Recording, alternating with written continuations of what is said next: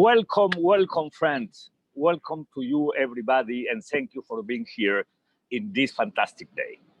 So we're here as part of the Race to Zero, a fantastic initiative that it is creating momentum and moving the planet toward the achievement of our objective. We are moving our actions to achieve a decarbonized planet by the half of the century and to put the world into a good trajectory. So we know that we shouldn't overcome the 1.5 degrees that the science has said to us we should achieve. So let me introduce today's a great session with some openings. First, let me say that if we are in a race to zero, we know that everybody must be a racer. Everybody should participate in this race to zero. But the only way to achieve our objective, it is by working together. That is why the title of today's session, Stronger Together, the role of multi-level collaboration in driving climate action. And this session has been possible because of the support of many organizations. The Global Covenant of Mayors for Climate and Energy, the UCLG, ICLEI, UNDP, UNEP, UNEP, UN Habitat, the Rocky Mountain, the Coalition for Urban Transition, on which I am also representing, and the institution to which I am working for, WWF. So thank you to all the supporters to making this possible. So let me frame today's discussion by saying some important things. First, we know where we are. We know that we are in a time in which after the Paris Agreement, 6 years after the Paris Agreement, we are in some way losing hope in the process. So we must recover that hope.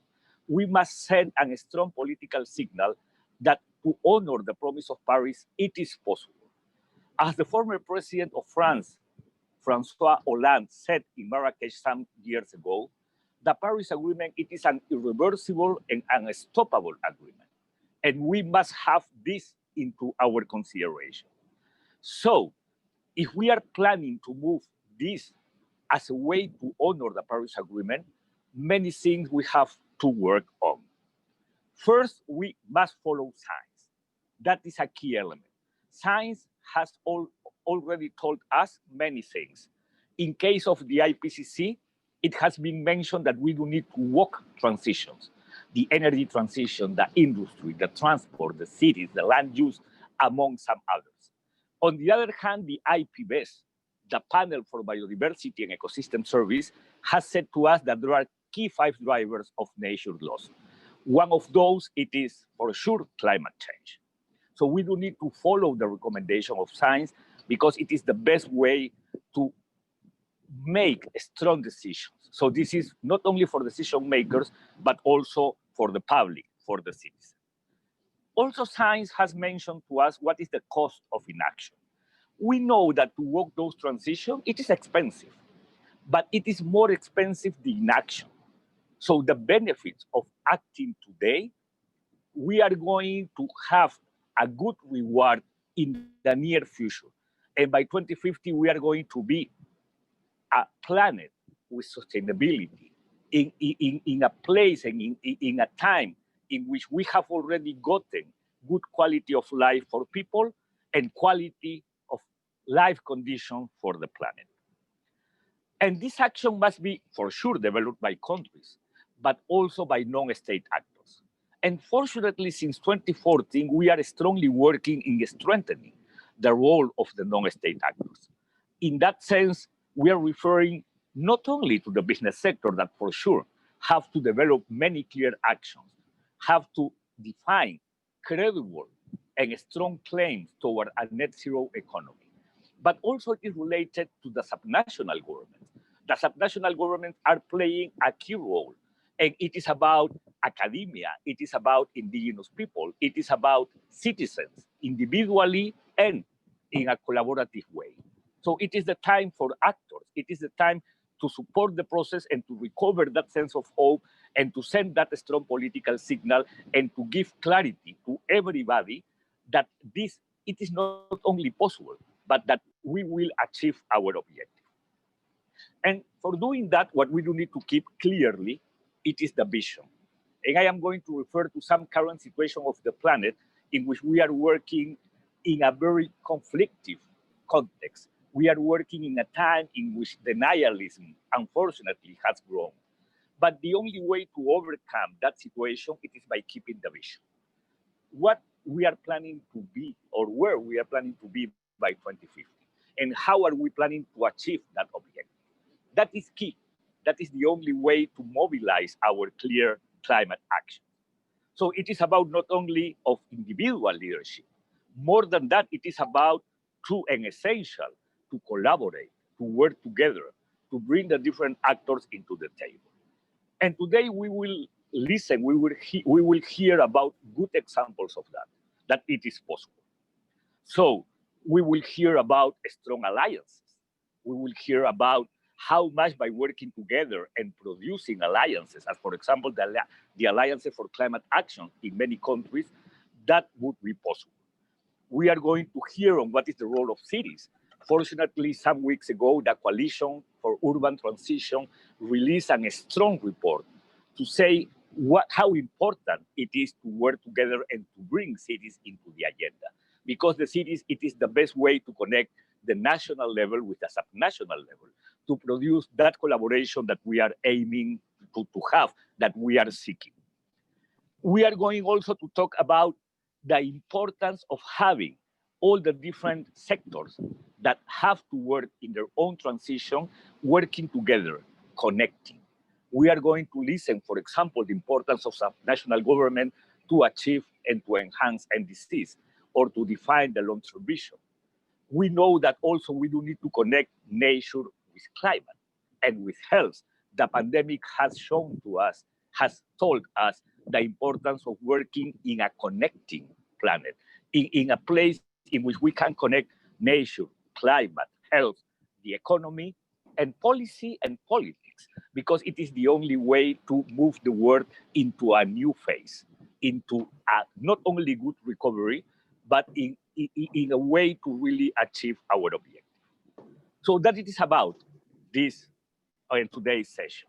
We are going to listen also the importance of having or to work with cities as, for example, with the One Planet City Challenge, to really encourage cities to develop their objective. And we will listen the importance of initiatives as that we are still in the US that has helped to overcome difficulties.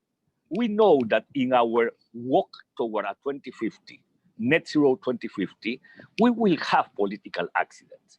And the only way to overcome, to overpass those political accidents, it is not only by keeping the long-term vision, but also by developing tools to produce collaboration that can keep that clear vision and that can make us able to develop clear actions for today. So having said that, let me start by talking about the two panels that we will have for today. So we will have a first panel in which we are going to talk about raising ambition through collaboration in the strive towards a green recovery. That is the first panel. And after that, I will give the floor to our next moderator to move into the next panel, and he will explain about that. So having said that, let me now introduce before of the panel a video from Takejiro Sueyoshi from the Japan Climate Initiative. And after that, I am going to present our strong first panel for today's session. So please, could you share the video? Thank you. Thank you to the champion, the organizing partners, and Nigel Topping, Gonzalo Munoz, for this opportunity. I am Takejiro Sueyoshi, representative of Japan Climate Initiative, JCI. JCI is a coalition of non-state actors committed to realizing the goals of the Paris Agreement. Members are Japanese companies, from internationally operating big companies to medium-sized and small enterprises, local governments, banks and investors, universities, and religious institutions. JCI was established in July 2018 with 105 members, and it has grown fivefold to more than 500 members, representing 1/3 of Japanese population and GHG emissions. For a clear-cut picture of JCI, let me give you some names of members. Sony, which everyone is familiar with, recall, which signed to RE 100 for the first time in Japan. Kyoto City, where the Kyoto Protocol was born at COP3, and the Tokyo Met Government, of course, Japan's capital. Members are very active in many ways. They participate in JCI events and international conferences, such as New York Climate Week and COP25. From time to time, they issue joint statements on important topics. JCI is a platform to support and learn each other among members. JCI is a platform for members to communicate to social stakeholders. More than 40 companies and local governments have set the goal of 2050 net zero. More than 50 JCI companies have taken on science-based targets. 25 JCI members have committed to RE 100. Based on these achievements, JCI is widely recognized here in Japan as a representative coalition of Japanese non-state actors. JCI is already in a position to engage with Japanese government. JCI had and will have fruitful discussions with ministers such as Minister of the Environment. Meanwhile, October 26th of this year, Japan's new Prime Minister Suga declared net zero by 2050. I'm so delighted to share this great news with you all, and I'm very proud that JCI has made significant contribution behind the scene. I do believe that those activities in JCI has played an important role to do the groundwork towards the zero emission announcement. No matter how much the central government orders or directs, it is not possible to achieve zero emissions without NSA's real actions to reduce CO2. East Asia, in September, China announced net zero emissions by 2060. In October, following Japan, South Korea also declared net zero by 2050. Furthermore, in the United States, there was a big news that President-elect Joe Biden put the US on net zero emission trajectory no later than 2050. In this way, the expectations are to be raised for NSAs to make more substantive impact. In order to respond to such an expectation, it is essential for NSAs not only cooperate with their own governments more than ever, but also work together with colleagues around the world. To that end, JCI must strengthen its capacity by increasing its members and its ability to make aggressive but necessary proposals to the government. At the same time, JCI seeks more opportunities to have international cooperation between us and NSAs. We look forward to participating in the fight against the climate crisis together. Let's realize a decarbonized society before too late. Thank you very much. Thank you very much to Takejiro Sueyoshi. So before of introducing the panel, let me share with you three important things. First, the importance of the Alliance for Climate Action. We have already taken good decisions. We have already mobilized action in the global level. but now it is the time to implement domestically. The only way to make and to honor the Paris Agreement, so to make possible and to achieve their objective, it is by implementing domestically. And in that sense, the Alliance for Climate Action, it is a good way to do that. My second point, it is to apologize. To apologize mostly to the people in the north because of this beautiful setting in the south, because the summer is coming. And it is not my objective to make you feeling jealous. It is just about weather in the south. And my third, it is just to make a brief summary of what we are going to have today. So first, we will have the panel raising ambitions through collaboration, the strive towards a green recovery, with 4 strong panelists. After that, Mark Radka from UNEP will be moderating the second panel, delivering climate action through collaboration. And finally, we will have closing remarks, outcomes, and the path to COP26, moderating by Emilia Saiz, Secretary General of UCLG. So, let me start the first panel by introducing our 4 panelists for today. So we will have Mr. Lazar Dago, General Director of Decentralization and Local Development from Côte d'Ivoire. After that, the Mayor Lauren McLean, Mayor of Boise City, Idaho, USA. After that, Mayor Mohamed Sefiani from Chefchaouen, Morocco, President of the UCLG, Forum of Intermediate Cities, GCoM board member and president of the Moroccan Association of Eco-Cities. And finally, Steve Feckemeyer, CEO of New Belgium Brewing USA. And let me apologize if I am not pronouncing well your last name. So let's move to the first panelist, Mr. Lazar Dago.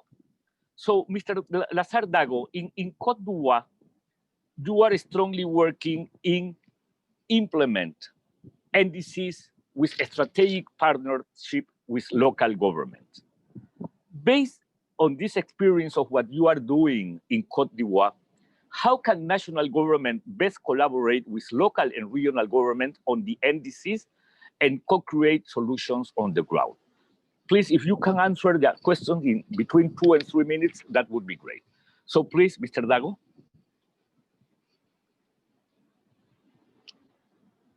We can't hear you. Probably you are on mute. And Mr. Dago is going to speak in French, and it will have a translator. So Mr. Dago, please. Myself, and he will speak in English. Great.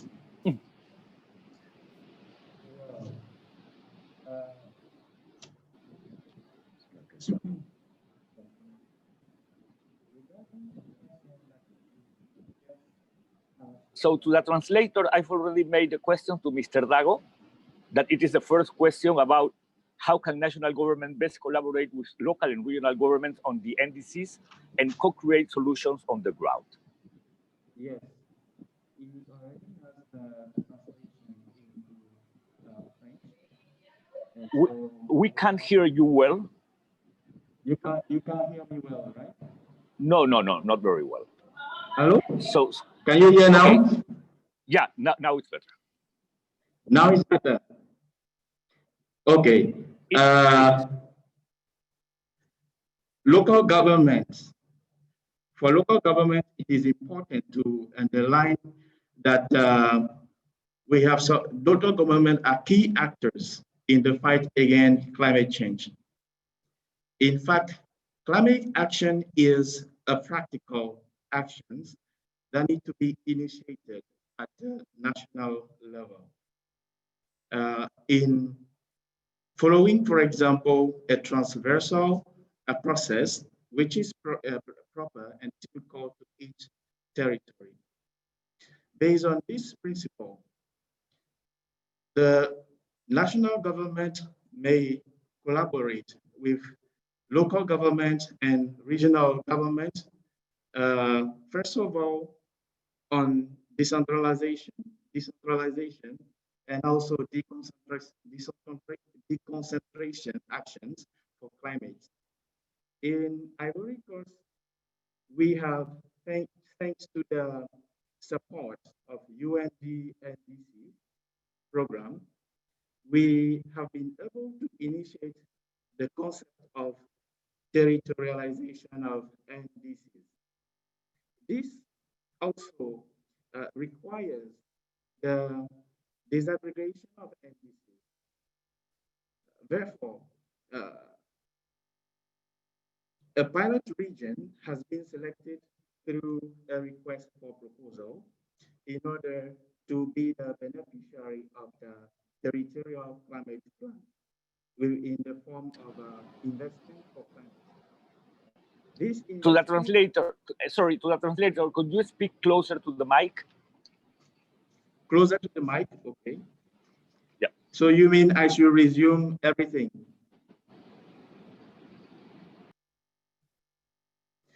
Do you mean I should resume everything? No. Please continue, but speak more closer to the mic, please. Okay.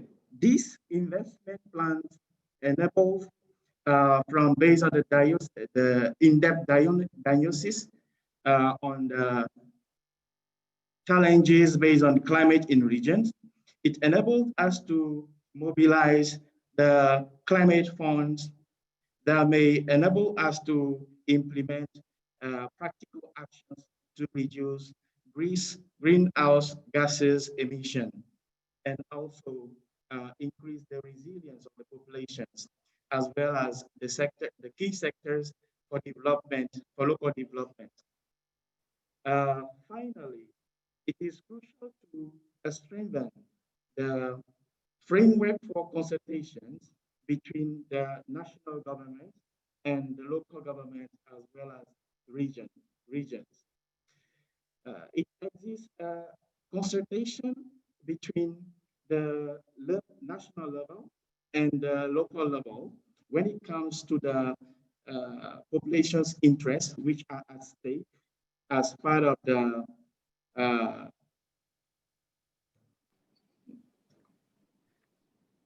hello? Okay. No, thank you. Thank you for your answer. I think that we are having logistic problems with the audio. So if the people in charge of logistics can check that would be great. So thank you to Mr. Dago and to the translator. So now let me move to the Mayor McLean. Mayor, you recently announced a climate action division for the City of Boise. And also you are a signatory of the We Are Still In initiative. So Mayor, can you tell us how multi-stakeholder collaboration through We Are Still In is helping you to advance climate action in your community, as well as contributing to the policy debates at the state and now at the national level? Sure, thank you. And thanks so much for having me today. It's indeed an honor. I'll talk about two things. First, our Climate Action Division we launched earlier this year with the belief that we needed to have all of our climate operations in one central place because it connects to our economic development work and our housing work and all other aspects of city government within Boise. And our citizens expect us to lead. And we want to do that because we know that prosperity for people is tied to climate action. On cross-sector collaboration, our city is the most isolated city of our size in the country.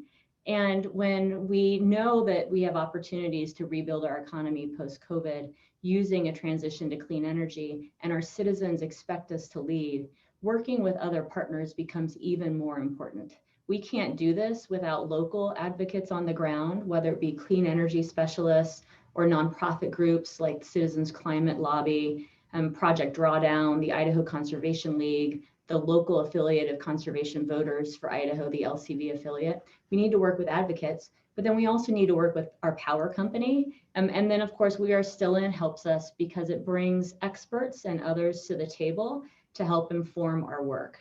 And at the same time, no one city can do this work alone. And while we want to build our economy and take advantage of a transition to clean energy and kind of be one of those front leaders in the country, we also know that we need help both at the state level, but particularly important at the federal level when it comes to cost of carbon, economic development and rebuilding and building back better, with the intersection of economic development and climate adaptation and resilience.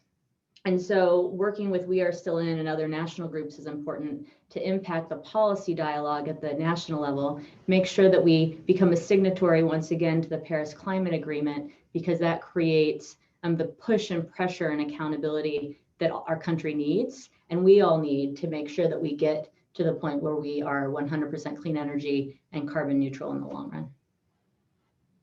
Thank you, Mayor. And you have raised many, many important topics, but I would like to highlight two of them. The connection in between this climate division with the economic division. It is a key element because climate, it is a social, it is a political, but it is an economic topic. It is an economic challenge, and we need to make that connection.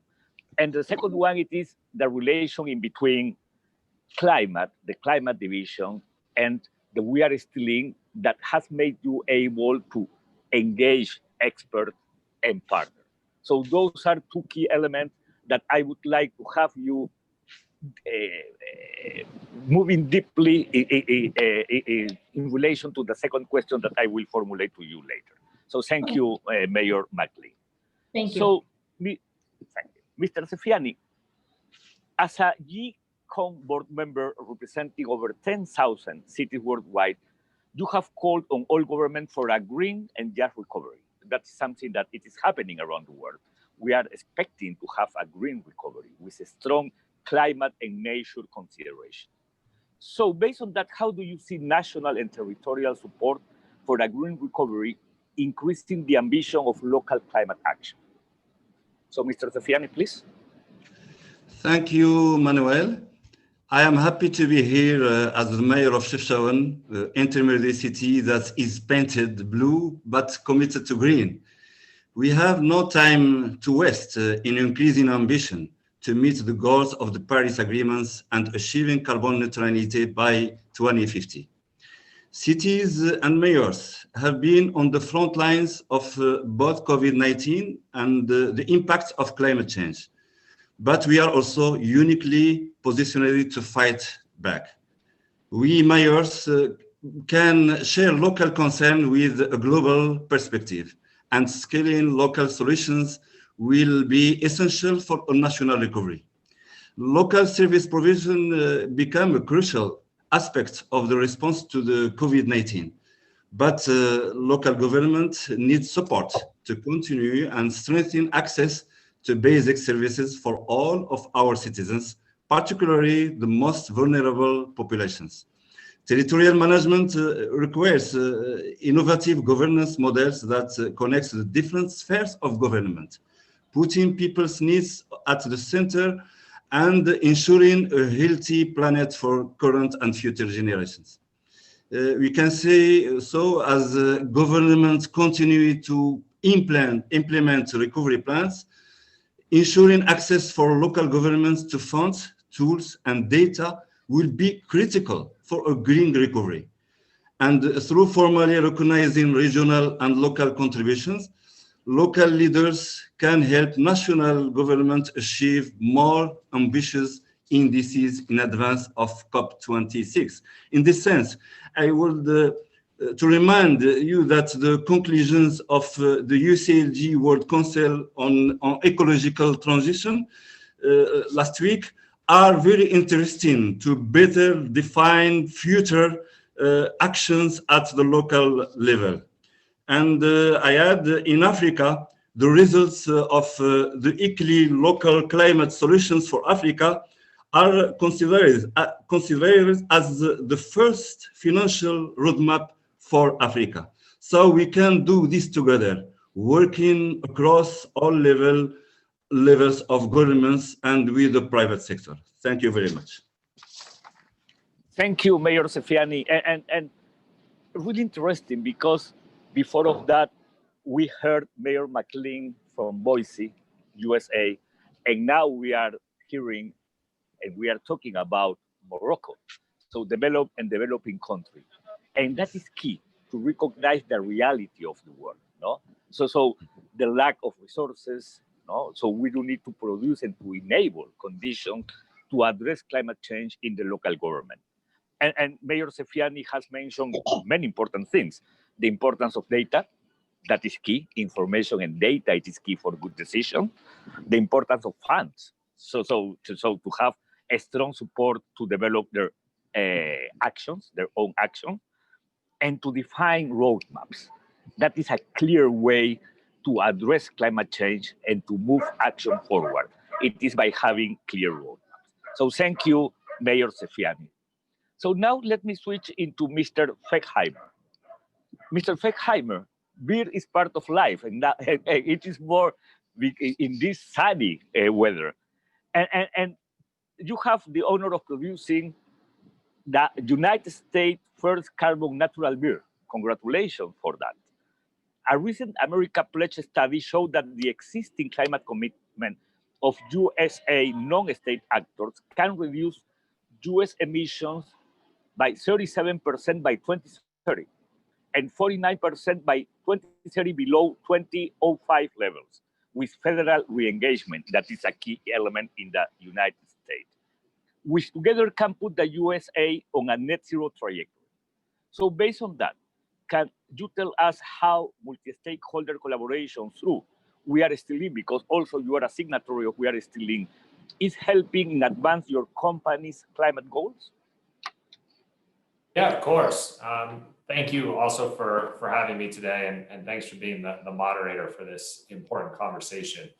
I think, I would start with saying the costs of the sort of collective global inaction around climate change are clearly mounting, right? And so for us in New Belgium, barley, hops, the other beer ingredients are already seeing the impacts of climate change. We're losing access to some of those crops. We're paying even more for others. And here in Colorado, the largest wildfire in our history is burning still in our watershed here. And that's going to, impact our water and impact our product as we go forward into 2021 and beyond. And we really believe this is going to get worse for companies like us, and that small and medium-sized businesses are really the ones who are going to lose the most. Our larger competitors are going to get access to those crops, are going to get access to those supplies. They spend less money, as a percent of their business to manage these problems. And I think the reality is climate change is going to put small and medium-sized businesses all across the world out of business. And New Belgium's certainly trying to do its part. And over the last 30 years, we've invested in energy efficiency. We've got renewable energy across all of our operations. We founded industry groups like the Glass Recycling Coalition to help improve our overall supply chain. But we know it's not enough. And I think that really gets to the heart of your question, right? And why are we doing this? And how does collaboration play a role here? But we know New Belgium moving to carbon neutrality isn't going to solve the world's problems, right? But what we can do is prove that it can be done for a business of our size, right? And to prove that we can do it in a way that actually builds our business and actually makes us more efficient, and that we can thrive while making this move to carbon neutrality. Because certainly I believe that as we prove that, we can much more credibly work with partners across the globe, and we can much more credibly advocate for governments to require others to do the same as part of this. And I think that's really important, is to be that inspiration and to be that proof point for what we're all trying to achieve here. Thank you very much, Mr. Feckheimer. And let me say some things about your intervention. Good answer to the question. The first one, it is that despite of the difficulties in the USA, in the Western coast, we are suffering of fires, no? And that is producing a lot of damage to the basins, to the ecosystem. And despite of that, you are still moving your actions toward being carbon, net zero carbon. And that is good. So yeah, we are going to face those kinds of difficulties for sure. But also, and thank you, Gonzalo, that mentioned it in the chat, you are a B Corp. What it is great. Congratulations also because of that. So New Belgium, it is a B Corp. And for the second question, please start to thinking on how can you connect to be a B Corp with your climate actions? No, that for me, it is a key element. And finally, Mr. Feckheimer, you have mentioned that the point it is to prove that that can be done. For me, that is a fantastic phrase. And you know that for the audience, this is key, because what you are saying, it is showing that a new climate economy, it is now happening. And this is a message for everybody. For sure, it is about the Paris Agreement. We have to honor, we have to fulfill, and we have to achieve their objective. But it is not about an instrument. It is about the economy. It is about the people. It is about the politics. So by using your example that this climate economy is happening, I am sure that we will move more actors into more clear actions. And help me and help us to share that message. If you want, as a corporation, to be part of the future, you have to take actions today. If you want, as a country, to have good destination for your exporting products, or to avoid to be the landfill of obsolete technology, you have to adopt climate action. If you want to be a growing and a sustainable city, you have to adopt climate action. That is for me a key message for today's session. So again, thank you, Mr. Feckheimer. And let me go back to Mr. Dago. And now let me go into green recovery and pandemic consequences to talk about climate action. So where do you see the greatest need for collaboration or support for climate action and local, national, and industry levels to ensure a green COVID recovery? So Mr. Dago, please.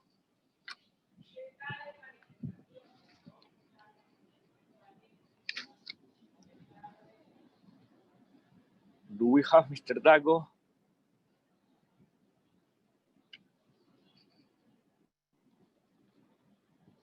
Okay, probably we are still with logistic difficulties. So let's try us to solve that. So because of that, okay. Hello. Go ahead. Go ahead, Mr. Yes. Dago, What I was trying to say, as far as Cote d'Ivoire is concerned, in relation of this pandemic situation, is that at the local, either at the local or at the national level, the situation has been really difficult because all the sectors are concerned with this situation. So what we are doing in Cote d'Ivoire is to initiate a kind of strategy that is available or that is important for the national level and also for the local level. But specifically, the rural areas have been in very deep difficulties during this situation of pandemic. So we think there is a great need of big collaboration between the national and the local level. So we are trying to initiate a study that will take into account a dialogue between the local actors and the national actors, okay, so that we can face the challenges of development that we are going towards. So we, as national direction in charge of local governments, we are coordinating all the actions of the local governments. Okay, it may be at the commune level or at the regional level. Okay, in collaboration with the government plan. So this is what we are doing here in Cote d'Ivoire as far as the post-crisis situation is concerned. Okay. Thank you very much, Mr. Dago. Yes. And in my openings, I mentioned the important report that the Coalition for Urban Transition released some weeks ago. Yes. That is key, because one of the reasons to have that collaboration, it is that it can connect, it can recover the relation in between the national and the local. We do need to have partners. Sometimes we are used to having political difficulties and political division in between the national level and the local level. But if the objective it is climate, it is to address the climate crisis, that could create that strong collaboration. And also, Mr. Dago has mentioned the importance of rural areas. So in this objective, the point it is that we cannot leave anybody behind. That is a key element. So this is not about who has the resources. It is to bring the most vulnerable, the most poorest people, the most poor people into our main objective to address the climate crisis. So thank you very much, Mr. Lago. And now let me move back, thank you, again to the mayor of Boise, Mayor McLean. And the point it is that coronavirus is beginning to hit Idaho strongly, and neighboring US states have. How would you like to see the US government support efforts to tackle the pandemic and the climate crisis in partnership with subnational government? So how are we planning to address not only the climate crisis, but also what it is happening with coronavirus and how much it is hitting many places in the United States? So Mayor McLean, please. Sure. Thank you. So first off, on I wanted to share a story with since Steve is talking about beer.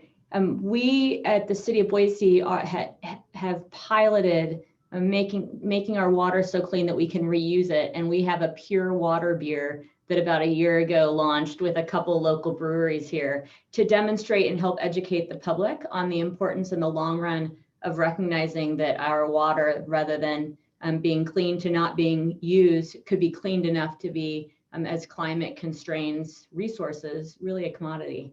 And so we're making investments in clean water technology as we look at infrastructure investments in our, what we now call water renewal system, rather than our sewer system. And it's something that, again, as we think about COVID, I wanted to bring it up because COVID, in partnership with the government, we have the CDC, the United States Center for Disease Control, is looking at the data that we are pulling on I think a daily basis in our wastewater related to COVID.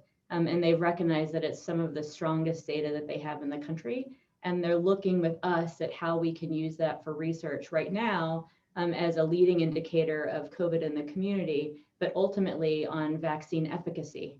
And so there's so much related to water that we can do to address COVID and be able to react proactively as we see spikes. But then also from a climate perspective and looking at protecting our residents' resources and looking at water as an asset, doing all we can to make sure that it's clean and reusable in the long run when it becomes more constrained.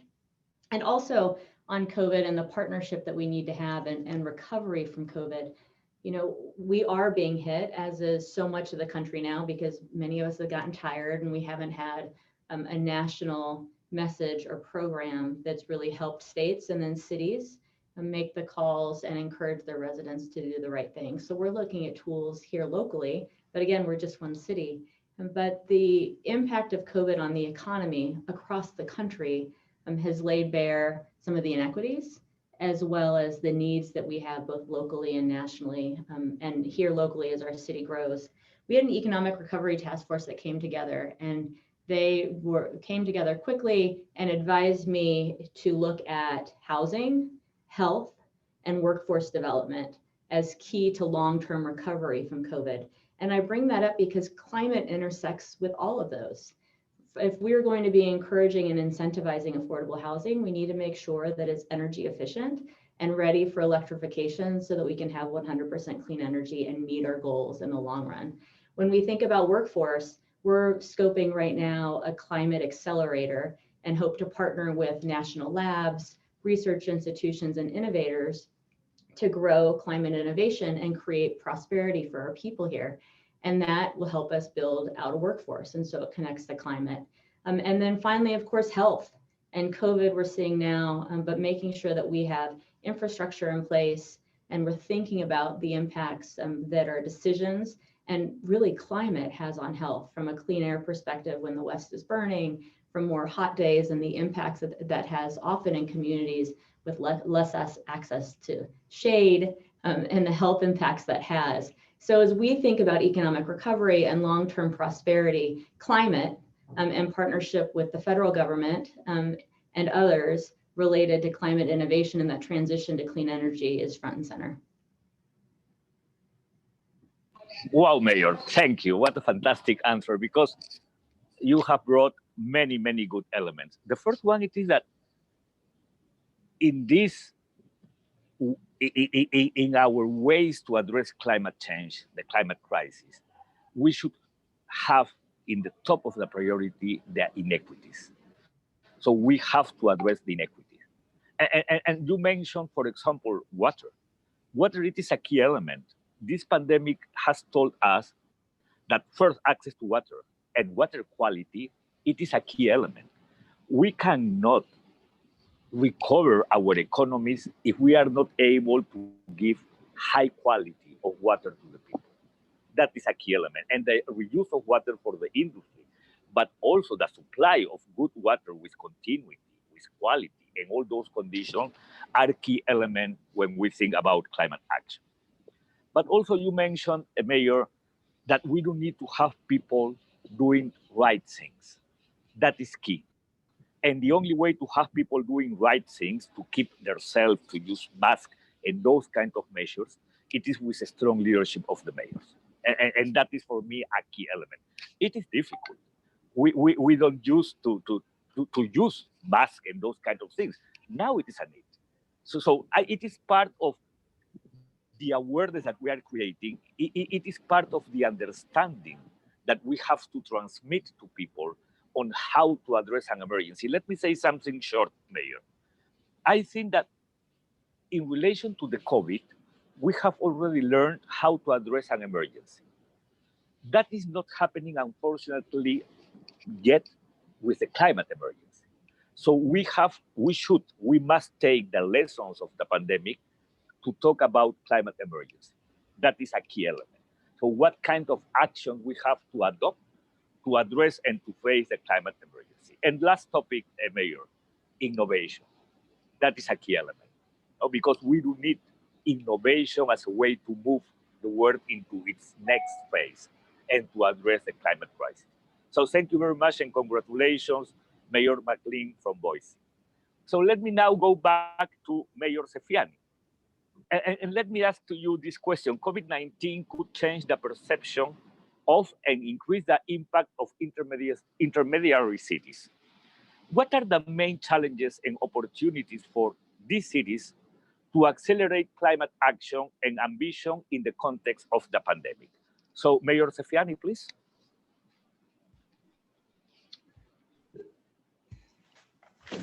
Yes. In the UCLG Forum of Intermediary Cities, we think that intermediary cities can represent a new, will be crucial stakeholders when it comes to implementing recovery plans, and national governments can empower them with the tools they need to successfully manage the transition to a more resilient and sustainable future. Intermediary cities can represent a new model for the relationship between humanity and nature. Also, the pressure our green areas may increase. It is also a unique opportunity to attain the ecological transition that required and develop global resilience models. Many cities around the world have limited access to data and information. And this is where collaboration with the private sector, scientists, and research institutions can identify ways to address critical data, innovation, and technological gaps to enable cities to make more ambitious climate action. The Race to Zero will elevate the ambition of cities leading up to COP26, but it must be comprehensive and contain ways of engagement and contribution that work for cities in all countries, particularly in Africa, Asia, and Latin America. Actions for resilience building, adaptation, reforestation, and nature-based solutions need to receive additional attention and support. I am optimistic for the future, and the 10,000 cities that have joined the Global Covenant of Mayors for Climate and Energy will be in the front lines of the implementation of the climate agenda. Thank you, Mayor Sefiani, and thank you by bringing the concept of empowerment. It is related to what Mayor McLean mentioned. So how can we make people doing good things, right things, no? How can we empower people to be a team, to work together to address the pandemic crisis and the climate crisis? That is a key element. And also to talk about transition. So we are in a time of transition, and we do need to move the world through these transitions to address our objective. And we are close to finish this panel, but I would like to ask after Steve to, in one word, one top word, to highlight how can we promote more collaboration in relation to your activity. So start to thinking, I am coming back to you all to talk about that. And when we think about, Steve, when we think about empowerment, let me ask you how much by what you are working on with New Belgium, you can empower people to understand the level of the crisis. And what do you need in relation to a partnership with the federal government to address green recovery in a time in which we know the industry has suffered economic consequences because of the pandemic? So how can we do that? How can we recover the relation with the federal government? But again, how can we empower the people by using the example of what you are doing as New Belgium? Yeah, I think those are two great questions. I think on the first one, we can use the strength of our brands, right? Fat Tire most notably to tell that story. And we had a campaign last year called Finding Common Ground, where we brought people together across different, mostly environmental issues and public land access issues, where you might think they were sort of naturally adversaries, but we were actually able to show how the goals of those different groups and different people were actually the same, and people were looking for the same outcomes of things. And you know, we say beer brings people together, and we think we can sort of sit in the middle of some of helping facilitate some of those conversations and bringing those groups together that otherwise might not find each other and might not find common ground with which to communicate. And we think we can do that really well. And I think that brings more attention to the issue and potentially brings more action as we can drive more alignment through that. I think more broadly, just to your question on government action, we certainly think that's important. But I also think the theme of today's conversation around collaboration is really important to call out. And New Belgium has its own goals around carbon neutrality by 2030, but we sit in an ecosystem of organizations that are helping us to get there and all have similar goals and similar objectives. So, being part of We Are Still In and committing to the importance of the Paris Agreement is one example, and we get support from that. We're in a very progressive city, much like Mayor McLean in Boise. We're fortunate here in Fort Collins that our city council and our city manager here has worked with our power company here to commit to 100% renewable electricity by 2030. And we're a B Corp, which is asking everyone to commit to that by 2050, and most are on a path for 2030 as well, from a carbon neutrality perspective. And then, we're owned by Kirin, a company in Japan, who has similar commitments to 100% renewable electricity by 2040 and to reduce their carbon emissions by half by 2030. And it's that collaboration, that ecosystem that we all sit in, that in addition to what we need from the federal government and from governments all around the world, that we can pull on their expertise and we can learn from them, and we can all make those investments and drive that change and really in a really cohesive way. I mean, and we think that's gonna be the key to attacking this problem. Thank you, Steve. And how important it is to have clear targets. Collaboration means to work based in clear targets. That is a key element. So now let me go back to you all, one by one, in the same order. Please, one word or a phrase with no more than 4 words, just to highlight something that you think it could encourage everybody to collaborate. So first, please, Mr. Dago.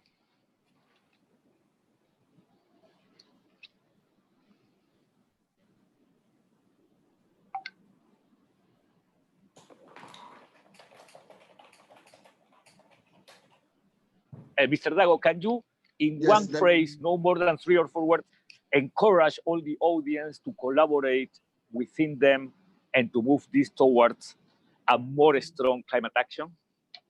People at the national and at the local level should trust one another. Thank you. Yes, they should trust one another, and especially trust the local citizens.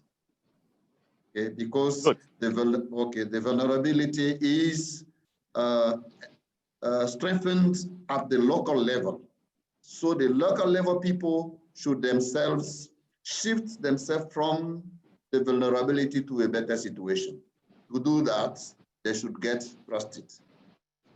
Thank you, Lazar. To have some their own initiatives. Good. Thank you. Strong words. Now, Laurent, please, Mayor McLean. Your phrase. Well, I would say we should do it for impact because it's what we must to ensure prosperity for all people. Thank you very much. Mohamed? Yes, I think multi-level coordination and dialogue for climate local contribution. Perfect. Steve? The cost of inaction is infinitely higher than the cost of action. Good. So thank you very much for all the panelists. We are running a bit out of time, so I won't have enough time to wrap up, but just to thank you to this strong panel and to raise just a couple of ideas. So the best way to collaborate, it is by keeping the vision, by defining clear targets. That is like the vision. We are building a bridge from now to what we are expecting to have, I hope, in the near future. So vision, it is a key element. But to do that, we do need to collaborate. So we do need to strengthen the relation in between subnational government and national governments. That is a key element. And by working in climate, that is possible. We have heard how possible it is to build those bridges by talking about something that it is damaging, that it is jeopardizing our future. No, not as an individual, as a planet, as countries, as a national government, as cities. So it is key to strengthen that relation.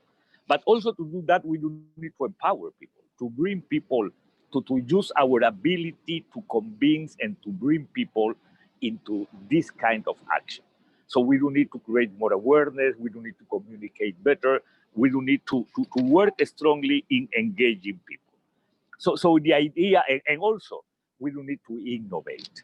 Innovation, for me, it is a key element, and we have to recognize inequities. That is, for me, if we are able to recognize inequity, I am sure that our climate actions are going to be more effective with more actors working together. That is a key element. It could be, as Steve mentioned, because the strength of the brand. It could be because you are authorities, you are mayors, or it could be because you are in the national government and you know that the only way to implement actions and to achieve objectives, it is by working with the subnational. So thank you very much to the panelists. And now it is time to move into the next one. So let me introduce Mark Radka, Deputy Director of the Economy Division of UNEP, and he will introduce the topic and the next panel. So to the panelists and of the panel 2, please turn on your videos. And thank you again to the panelists of the panel 1. We will turn off our videos. Thank you very much for this opportunity. So Mark, you have the floor. Very good. Thank you, Manuel. Thank you very much. And it's a pleasure to be your moderator today for this second panel.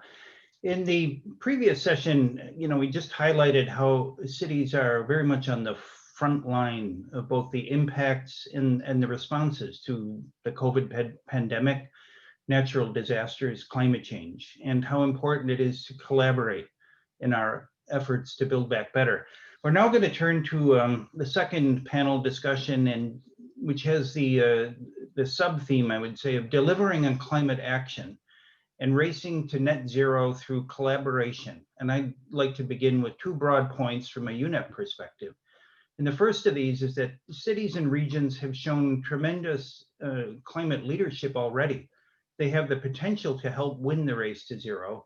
And yet cities and regions are not really reflected adequately so far in the nationally determined contributions under the Paris Agreement. So we know that countries must increase their NDC ambitions threefold if we're going to be on the path to a 2-degree goal, and fivefold if we are to achieve the 1.5-degree goal. And this comes from analysis done in UNEP as part of our emissions gap report. We also know that hundreds of cities have made commitments for carbon neutrality by 2050, some by 2040 even, or earlier.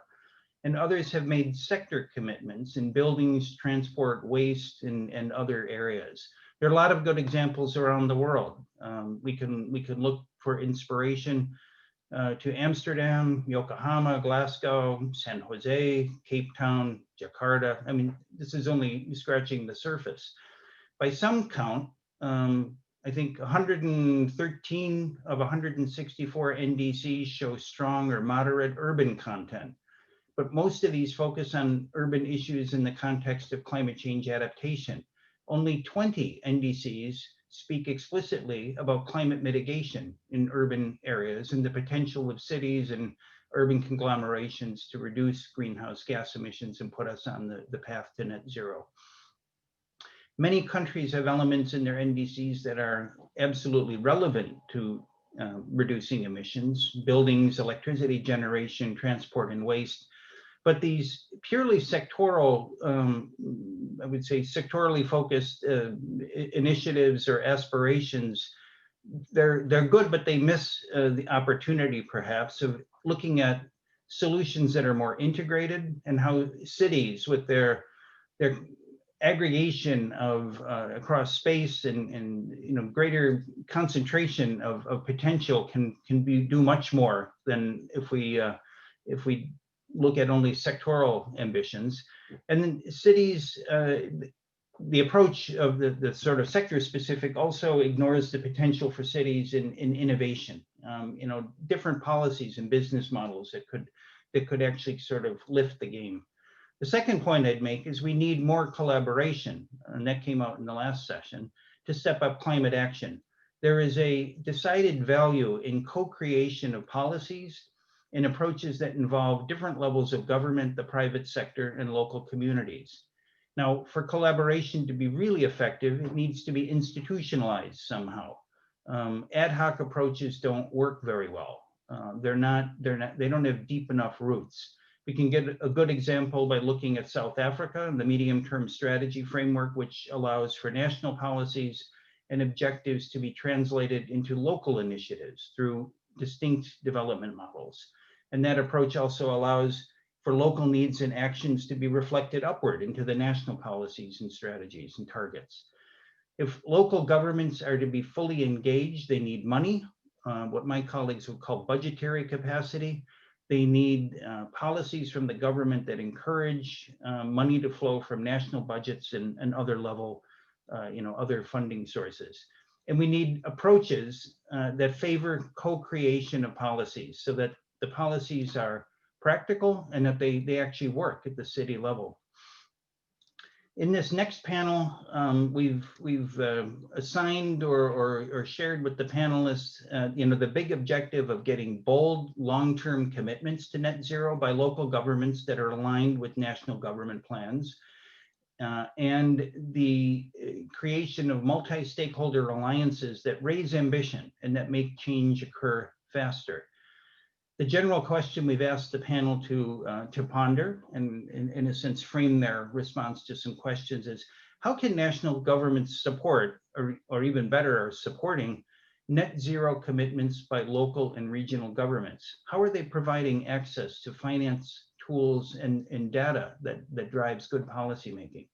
And we've asked the panel to share examples of institutional arrangements at the national level that are providing these sorts of incentives, and the good multi-stakeholder alliances that are leading on bold climate action and that can provide models or inspire the rest of us.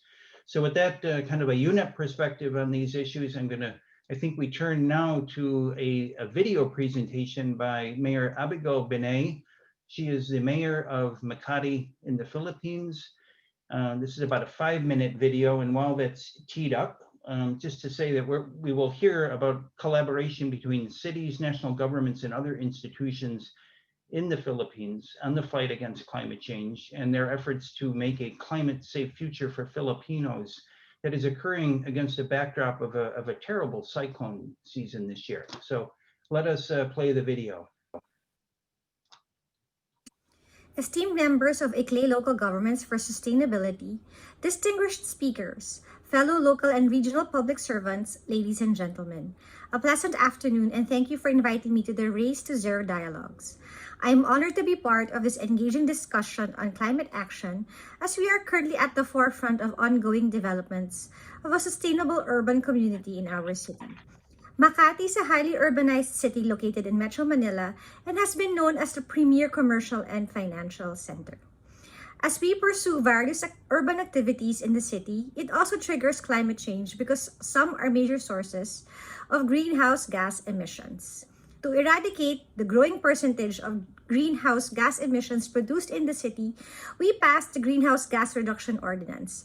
Through this, we were able to reduce greenhouse gas emissions in Makati by around 3% last year.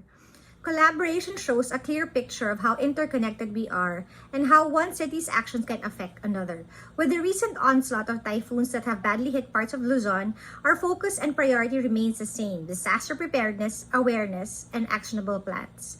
Today, local and national governments are reminded once again of the roots of disaster, the continuing climate crisis. The need for greater collaboration amongst local government units, strengthening our communication channels, can be considered a critical factor to determine the environmental future of our country. We must engage every community, every sector, the private and the non-governmental agencies in the equation to determine a strength to create a safe climate future for Filipinos. Climate finance is evident in our city's annual investment program. For 2020, Makati City identified that 10% of our projects are climate change related. Of this, 80% are in line with climate change adaptation, while the remaining 20% are for climate change mitigation. Overall, the city has invested 12% of its total budget to climate-related projects. In our local climate change action plan year 2015-2023, developed together with ICLEI, we have recognized the city's urban fragilities and established measures to address it. One good example is the ongoing Makati Subway project, which will address the transport sector's fragility. As the business center of the country, Makati's daytime population is 4 times more, which causes traffic and ultimately becomes one of the sources of greenhouse gas emissions. The Makati Subway project is one of the city's key solutions to shift to mass public transportation and reduce the use of private vehicles, which will significantly offset carbon emissions. In a highly globalized world, there is a critical need to develop guidelines or frameworks to exchange views and information. We believe a local climate action plan entails flexible, efficient, effective governance, and financial capability. These basic principles can help push and accelerate climate action in every city, town, and region worldwide. To this end, The Transformative Actions Program, led by ICLEI, shall serve as a fundamental and landmark partnership to strengthen our capacity to access climate finance and attract investment. Transformative Actions Program is an initiative to support local and regional governments concerning their sustainable development plans. Today marks the opening for the submission of entries for the 2020 TAP pipeline. This is a milestone opportunity for us to save the future, and we must embrace it. I encourage my fellow public servants to consider this transformative plan as we jointly take greater strides in turning our hopes into immediate realities. We are here to bring everyone closer by highlighting our greater climate ambition while raising our common goal, a sustainable community for future generations. Thank you very much. Very good, thank you. In the interest of time, I will avoid the temptation to, summarize anything that any of our speakers say, and really what we want to hear is from them. So I'm going to introduce the panel and do my best job as a moderator to keep silent and keep things moving along. So we are joined today by 4 speakers, 4 panelists. Let me just introduce them briefly. We have Mariana Carvalho, who is the Coordinator of International Affairs in the Climate Secretariat of Argentina. Vera Rodenhoff, Head of the Division of International Cooperation at the German Ministry of the Environment, Nature Conservation and Nuclear Safety, better known to many of us by its acronym BMU. We have Mario Silva, who is the Director General of the Development Management Metropolitan Institute of Planning. The Director General of the Metropolitan Institute of Planning for the metropolitan area of Guadalajara in Mexico, and Lisa Reynolds, who is the Chief Executive Officer of the South Africa Green Buildings Institute. So we have time for at least one round of questions, and I'm going to put a question to each of you, as you know, and if you could keep your responses punchy, 2-3 minutes, that would be great. So I'm going to begin with Mariana, a question for you. Argentina is in the midst of reviewing its nationally determined contribution. And we understand that the law on minimum standards for adaptation and mitigation to global climate change has provisions that allow for provincial and municipal plans on local monitoring systems and indicators. So the national legislation will directly link local and local monitoring systems and indications to the NDC. Could you share with us how this is playing out, and what role do you see for cities and local governments in national policy going forward? Yes, well, thank you, Mark, and thank you very much for the Global Compact of Mayors and its partners for the invitation to participate in the Race to Zero dialogues. For me, it's a great honor to be part of this amazing panel. So yes, as you mentioned, the law of minimum standards for adaptation and mitigation to climate change creates in its Article 17 the National Information System on Climate Change. And at the same time, in Article 20, it establishes that the jurisdictions they have to prepare the response plans and must contain monitoring systems and indicators. But to better understand the work that is being carried out with the cities and local governments, let me mention that the law also creates the National Cabinet of Climate Change, which purpose is to articulate between the different areas of the national government, let's say the National Public Administration, and the Federal Environmental Council and different stakeholders. So within the framework of the cabinet, the aim is to design agreed public policies with a strategic view to regarding the reduction of greenhouse gas emissions and the design of coordinated adaptation measures.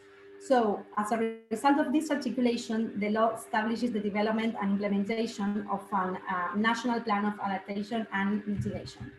So in order to do this, we have put in place 4 work instances to operate within the national cabinet. We have the ministerial meeting, focal points table, provincial articulation table, and extended tables. Because of time, I'm just gonna focus on the last 2. So in the provincial articulation table, This is the instance where all the current work with provinces is being done. And provinces, they have to be understood as the key actors to articulate national policies at the very local level together with local authorities to build their response plans, as we are a federal country. So to achieve this, along this year, we have started a joint work in order to strengthen the subnational technical capacities through the development of regional trainees and activities in coordination with the Federal Environment Council.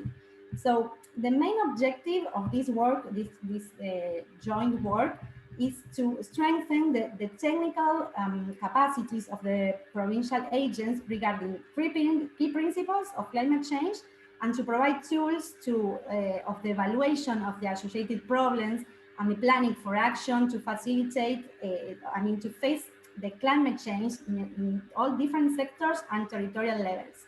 So, besides this, we are also providing technical support by hiring 2 mitigation and adaptation technical experts for each province, and likewise in the extended tables where I mentioned before, where all the stakeholders gather together.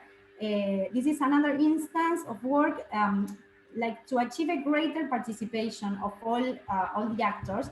And in these tables currently, with different jurisdictions, we are participating in drafting and also revisioning the draft of our new NDC that we hope to present at the end of the year. And because this new NDC will have a new subnational circumstances section, where it would be explicit how the provinces are working on the issues of climate change. So to conclude, it is a continuous construction process for the preparation of the National Adaptation and Mitigation Plan and the province's response plans, where work is being done in different levels, but building top-down and also bottom-up policies, so that local reality is reflected in those documents. Perfect. I mean, there's so much richness there. I'm really tempted to ask you a follow-up question, but we do have to keep moving along. So I'm going to turn to Mario.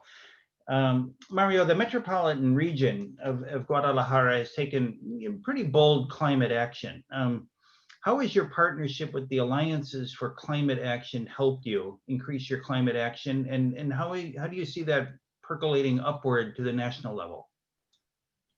Thank you, Mark. And well, good afternoon or good morning. It depends in which part of the world you are. And well, in respect of your questions, in 2018, the municipality of Guadalajara, together with the metropolitan area through IMEPLAN, joined to the C40 Climate Leadership Group, and also the Global Covenant of Mayors for Climate and the Alliance for Climate Action, in that case, ACA is the name in Spanish that we use for talk about it, with the main objective of fighting against climate change.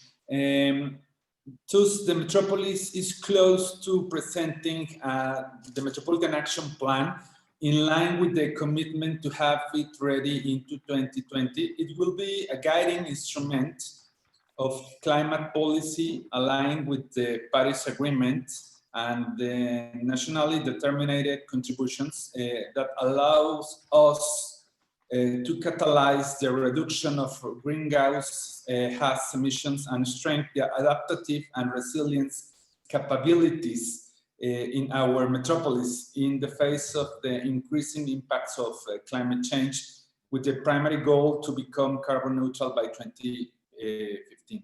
So in this order of ideas, we identify in our alliance, in this Alliance for Climate Action, a great opportunity to build a strong network with other key actors with the idea to achieve the same metropolitan objective. In that case, is put together all the actions that we can put in action simultaneously.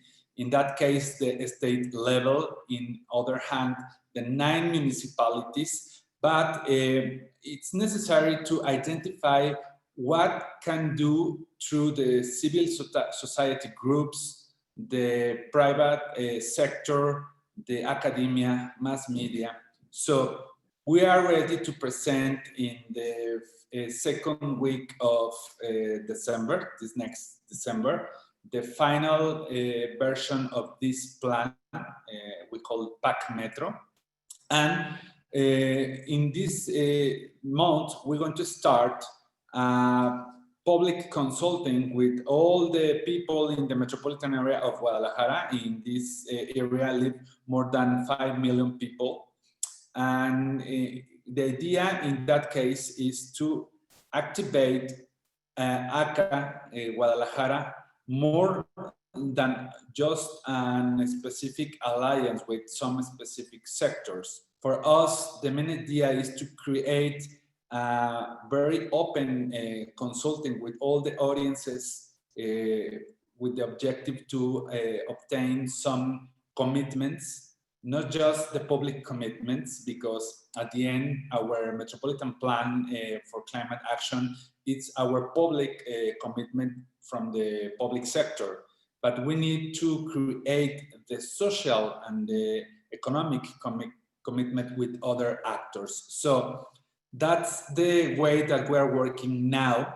And at the end, this PAC Metro identify specific actions in the short, medium, and long term. Each 10 years, we are evaluating what happened with these actions. We identify some mitigation scenarios with the idea to focus on all the actions, in particularly the most ambitious scenario.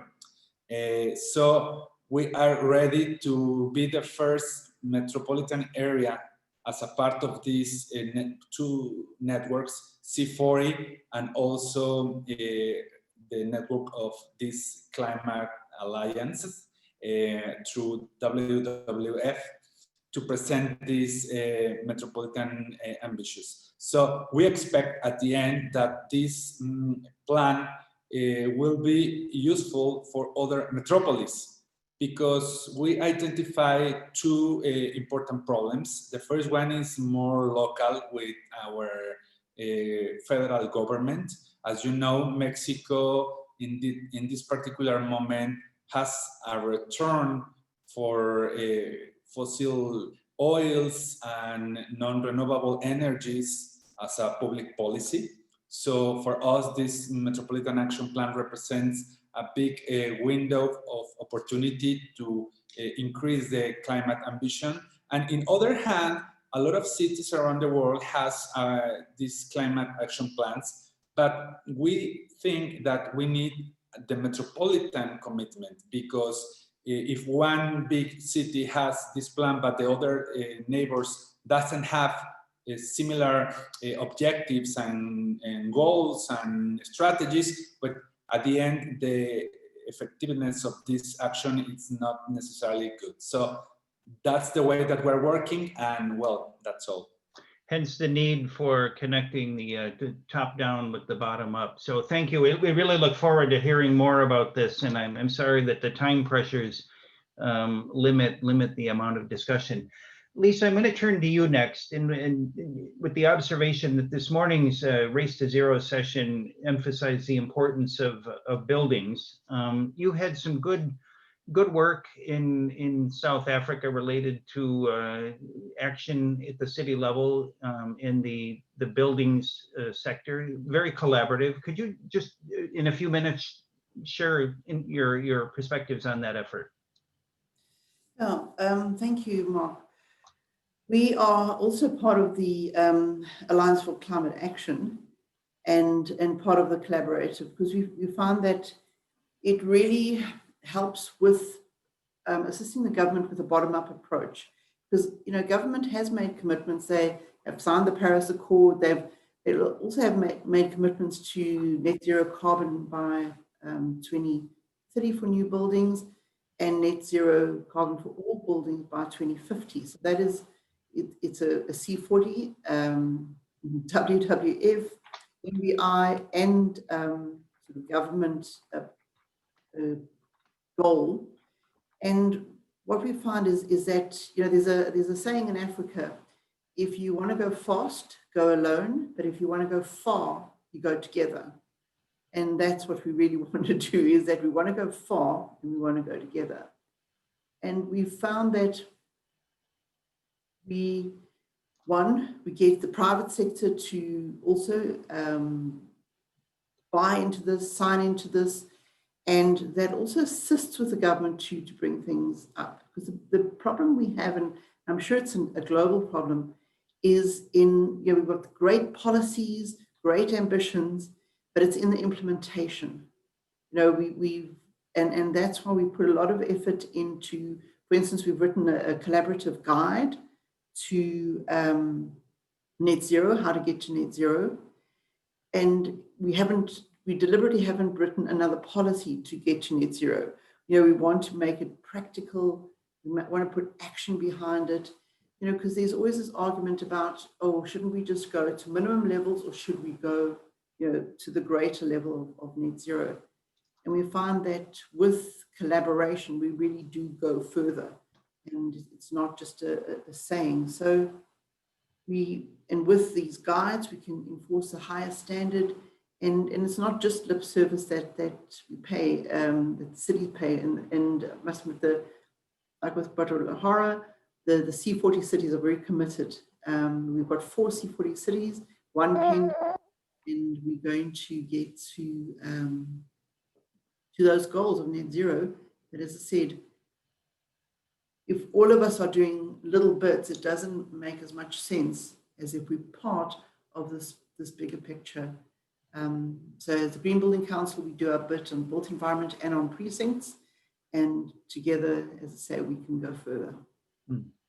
Well, we all need to go far. We need to go fast, and I think what that suggests, and it came out this morning, is not only collaboration, but maybe rethinking the forms of collaboration. Vera, can I ask you to share some perspectives on the philosophy within BMU on collaboration? You know, what is your role? And if you can actually spare a minute or so on the new fund that you've established, the City Climate Finance Gap Fund. Very interesting title, and I think that might speak directly to the implementation gap that Lisa just mentioned. Yes, thank you, Mark, and hello to everyone on this panel and who's listening. It's a pleasure to be here. What is our philosophy? So we heard the first panel talk about collaborative climate action. Indeed, collaborative climate action is our philosophy that we have when we talk about designing climate policies and also implementing, be they the NDCs or our goals for 2050. And it just means that we involve all relevant levels and also involve other stakeholders. So this is something we've been doing in the national policies, but also internationally, because we believe no level can do it on its own. The idea, if you look, for example, on the transport policies, we cannot have a transport policy without a city investing in its public transport. But then, of course, that is not in isolation. You need the relevant rail links and zoning laws, etc. So there was also an interesting report that came out last year, launched at the UN Secretary General Summit by the Coalition on Urban Transition. And they have some numbers for this. I mean, we all know the number that broadly 2/3 of climate gases or global greenhouse gas emissions come from cities. But what they also found in the report is that cities alone can only leverage, or municipalities can only leverage 1/3 of their action alone. For the rest, for the 2/3 of the action that needs to be done to stay below 1.5 degrees, we actually need all other levels to collaborate. So that is where we are at, and just a few examples of collaboration our National Climate Action Plan 2050 was drawn up in a broad stakeholder process involving municipalities, federal, states, citizens, associations, etc. Same with our coal phase out, which was announced last year, which involved the relevant municipalities, federal, states, citizens, unions, NGOs, etc. And so what is clear is that we need to work together, but we as the national level, so to speak, as the Ministry of Environment and together with other ministries, we have to provide the right framework conditions and enabling policies. So another example, at the EU level, we have just committed to a 2050 climate neutrality target. Obviously in the EU, we have one more level there. So this target will be implemented nationally in Germany, as it will in the other EU states. But in Germany, we will implement this through feed-in tariffs and energy efficiency building codes at the national level.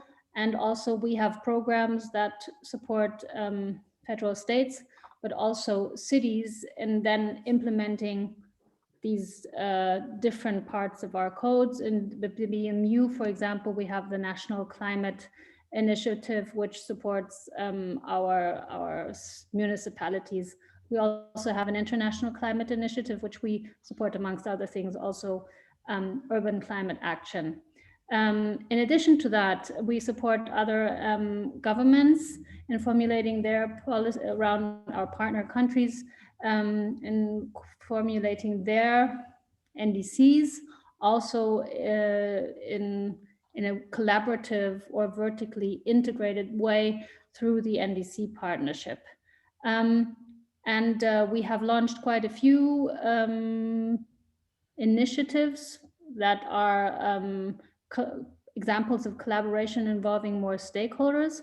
One is the Leadership for Urban Climate Investments that was launched last year at the UN Secretary General Summit, which is a multi-stakeholder initiative involving other nations, as well as multilateral development banks and city networks and many, many more.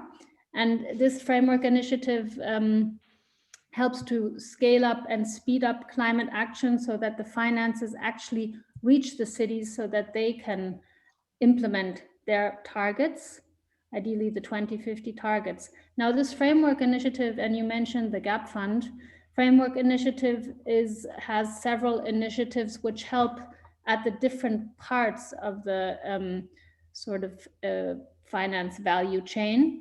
And at the very beginning of that, there is the City Climate Finance Gap Fund that you mentioned and asked about. And there, we know that cities often lack the resources and capacity to advance their climate resilient or low carbon infrastructure, and especially in the very early stages, and take it from plans to concrete projects. And that's the gap we are addressing, the gap coming from plans into concrete projects, where we help with pre-feasibility studies, etc. And through this fund support exactly that stage. So very good. I think you'll be hearing from many people who are listening in today for details about that. There, I'm getting a message that I have to wrap things up. So I apologize for both asking you to respond to a question and then saying maybe we have to move on, but I'm about to be fired. So colleagues, collaborative action. To those answers, and we'll support everyone as much as we can through the fund. Thank you very much. And my panelists, I'm sorry that I'm getting the signal to move on, but collaborative action.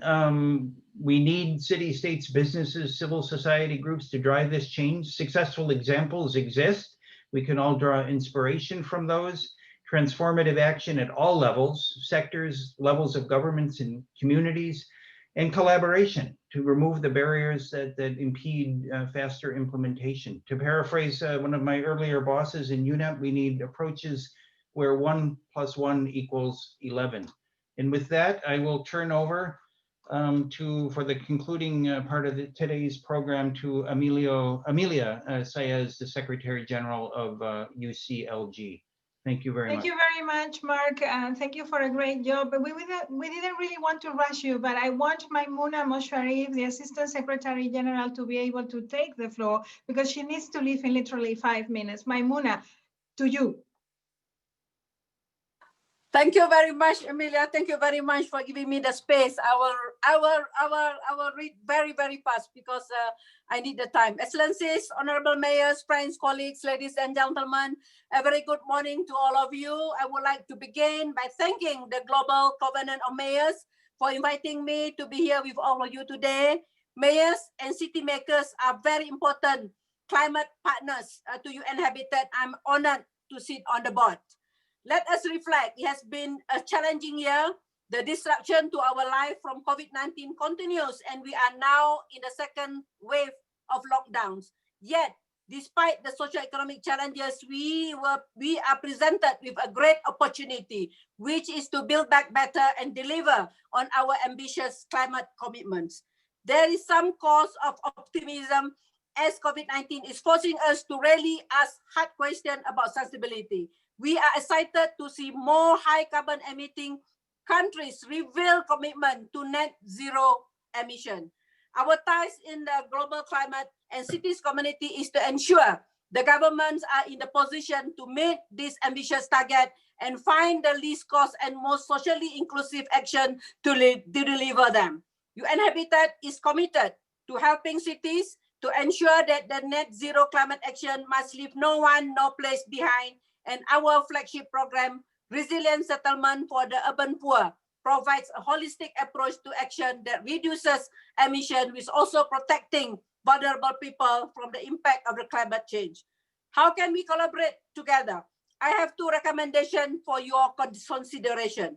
First, I highly recommend that you read our recent guide on enhancing nationally determined contribution through urban climate action. The guide was produced under our Urban Low Emission Development Strategies project, which we implement jointly with ICLEI and is funded by the European Commission. The guides help national and local government ensure that national climate policy harnesses the potential of human settlement. Second, we believe that the concerted effort to create practices and cultures of innovation, I heard about the word innovation just now, will be crucial to delivering the kind of social economic transformation we need. Innovation covers not only technologies, but also policy, processes, communication, finance, and more. Last week, UN Habitat Innovation Unit and Climate Team with many partners launched a call for cities to submit proposals as part of the Climate Smart Cities Challenge. The challenge-driven innovation project will eventually select 3 to 5 cities, which an open design competition will be run to create tailored local solutions to reduce greenhouse gas emission while delivering social development. Please Google Climate Smart Cities Challenge and spread the words with the cities that you work with. For example, this is a perfect opportunity for new signatories to the Global Covenant of Mayors Race to Zero commitment. And I'm delighted that we are now collaborating with the Global Covenant of Mayors to co-host in October 2021, a fascinating follow-up of the 2018 Edmonton IPCC Cities and Climate Change Science Conference called Simply Innovate for Cities. This conference will bring together city practitioners, policymakers, academia, and innovation community to build on the legacy of Edmonton and spark a new round of collaboration on research and innovation for zero carbon and resilient cities. We are actively seeking financial sponsors for this flagship and innovative conference. Believe me, you will not want to miss out on being part of this one. To conclude, there is every reason to be optimistic if cities and communities come together to collaborate and prioritize innovation, practices, and processes to ensure we keep to our climate commitment. Let us put our work and commitment to action. We should go beyond dialogue, and we need to implement policy to action to impact on the ground. Let us make sure that future generation will point to 2020 and 2021 as the turning point for collaboration, action on action plan, and also on climate change. By using the 4 basic principles, the 4 P's, private, public, people partnership, to ensure to achieve another 4 P's: planet, people, peace, and prosperity. Thank you very much. And I have to leave. Thank you. Bye-bye. Thank you, Maimuna. Thank you very much, Executive Director. I really knew she was in a rush, and I wanted to put her through and give you, Mark, and colleagues to make other comments. But if you agree, I think it is indeed time to start to wrap up. So I will do that. It has been a very rich discussion, and I think there are some concepts that stand out. Obviously, it was about collaboration, so we have discussed that a lot within a quite a positive message of hope that higher ambitions are possible. And that we can really deliver on those ambitions if we make sure that we regain the trust between the citizens and governments, and also the trust among all spheres of government. I think that multi-level governance that mayors were describing was extremely important. I think it's also very, very relevant to see the evolution that we have had in this discussions, whereby everybody is now convinced that there is no single sphere of government that can do this alone, and that everybody understands that subsidiarity works both ways, that local and regional governments do not want to do everything, that they know they can do some things very, very well, and those are the things that we need to focus on. It's a bit frustrating to see how in the national determined contributions that you see, there is quite a lot of talk about the urban era, but there are very, very few that actually talk about climate action in urban spaces, and almost none that talk about the intermediary cities role and the system of cities. And I think these groups, this partnership really need to put this up front. So I'm really delighted to stand here before you, not only as United Cities and Local Governments, but also as a facilitator of the Global Task Force, and also as a founding member of GCoM. It is really important for us to show the way by example. We have now over 10,506 cities that have committed to action, that have committed to reporting to a same mechanism, and that have committed to actually making very ambitious plans. If that doesn't work, if we don't get a say in the next set of national determined contributions and plans, I don't know what we need to do. I think it is very critical for us to also foster a lot of local determined contributions and territorial determined contributions. But we need all the help we can get. And this is why I'm so delighted that we have with us, and please, Gonzalo, do the closing remarks for this dialogue.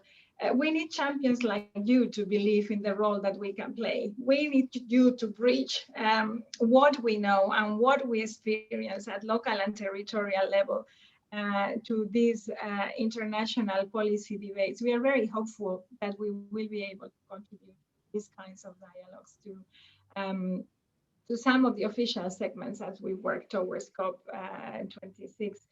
But Gonzalo, we are really looking forward to your views on this and to give us some ideas on how this partnership can carry this work forward. Gonzalo, the floor is yours. Thanks so much, Emilia, and thanks to all the partners. There are so many that it's hard to name them all, and we're short of time, but let me say that the number of partners is another brilliant expression of the radical collaboration that we require in order to solve the crisis that we're in. And in that sense, the role of cities is absolutely crucial as a non-party actor in achieving net zero targets as soon as possible. Cities are not only the frontliners facing this year the COVID-19 pandemic, but they are and have been facing the impacts of climate change every day. We must also recognize here the importance of resilience as well as mitigation when setting targets for all stakeholders, and in this case, for cities. As Mark and Lisa expressed in the previous panel, we need to go fast in this race.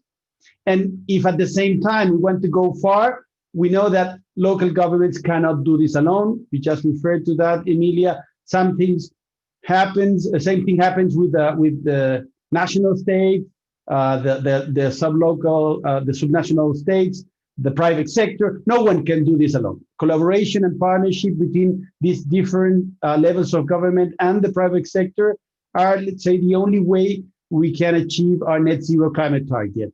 So when it comes to collaboration, let me say that I believe the Alliances for Climate Action are one of the best examples of how to implement that needed collaboration between different levels of society, different stakeholders. It's a brilliant, would say, local expression of the spirits and values embedded in the global climate action agenda that Manuel started back in 2014 with the Lima Paris Action Agenda. And it's important to go back to understand why we're here and what are the tools.